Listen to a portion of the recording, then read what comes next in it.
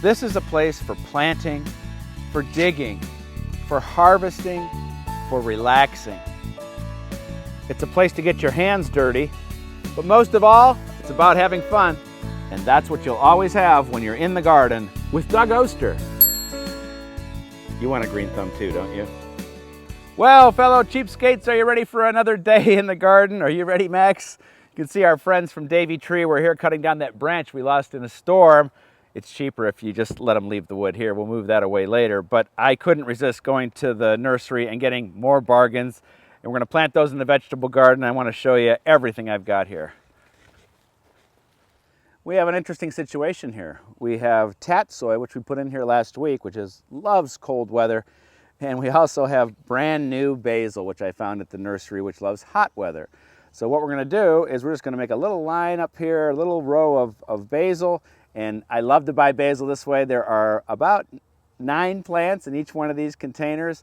They were very cheap. And again, this is the fresh basil. Last week we put a couple of old ones in, but they look pretty good, but these look great. We're going to put it in this cold frame so that at the end of the season, we're going to be able to harvest our basil. We'll be able to close this up on cold days, and we'll be picking basil all the way through Thanksgiving, and that's a good thing. Love to brag to my friends that close down the garden early. And all we're going to do is split these apart and put them right down here. There'll be tatsoi all around here. It's actually starting to come up, and this is going to be a good plant to be growing in the cold frame. This will be the last planting for basil for the season.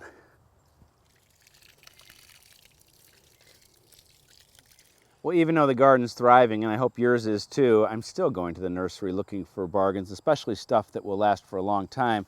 This is a perennial called Greek oregano, and these were $1 a piece. They will come back year after year. We'll have more oregano than we could possibly use. It can be dried, saved that way. And I got a little compost down here. Beautiful rose right next door. Oregano goes with roses, right? Maybe not. And we'll put these in. Nothing to it. Give them some water. And I've got some other bargains that will also last a long time, only in a different way. And we'll plant those next. These are a plant called flowering maples. They're actually a house plant, so they're going to love this shady location. What I'm going to do is I'm going to plant them out here for the last month of the season, and they were only 99 cents a piece. They look a little tired, but they'll catch up. And then at the end of the season, we'll do another video where I'll be bringing them inside, growing them on the windowsill all winter, and then we'll bring them back out here in the spring. That's the best bang for the buck, in my opinion. They're going to be pretty out here.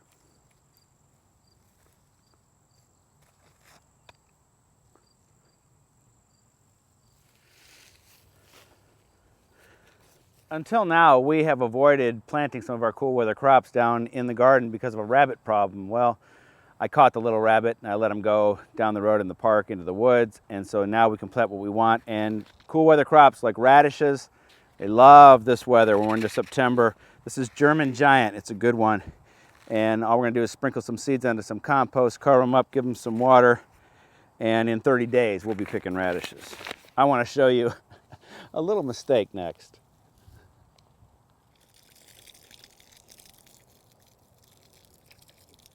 Note to self, when building beautiful trellis for pole beans out of bamboo, be sure that you can actually pick them, not one that's 9 foot, 10 foot, 11 foot tall. I can't get to the beans.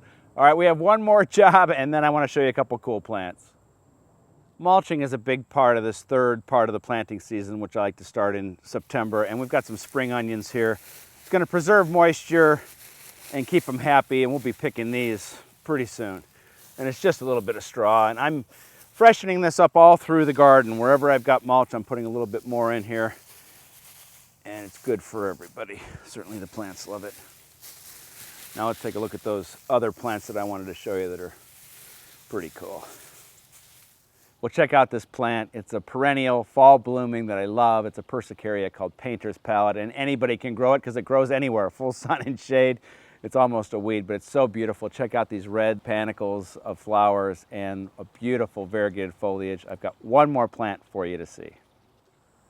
Well, check out this late bloomer, just like yours truly. This little red morning glory is just a beautiful flower, and the pollinators love it, and it's just going to grow like a weed until frost. Now, let's finish up.